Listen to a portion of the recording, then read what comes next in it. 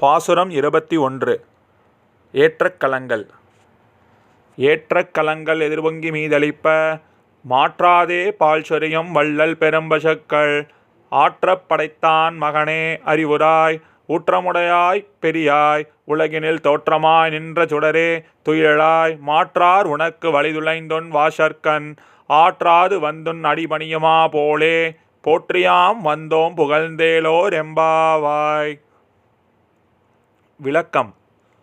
பால் கறப்பதற்காக வைத்துள்ள பாத்திரங்கள் நிரம்பி வழியும்படி மிகுதியான பாலை அளிக்கும் வல்லமை மிக்க வளமான பசுக்களை மிகுதியாக படைத்தவனின் திருக்குமாரனே, விழித்து எழுக.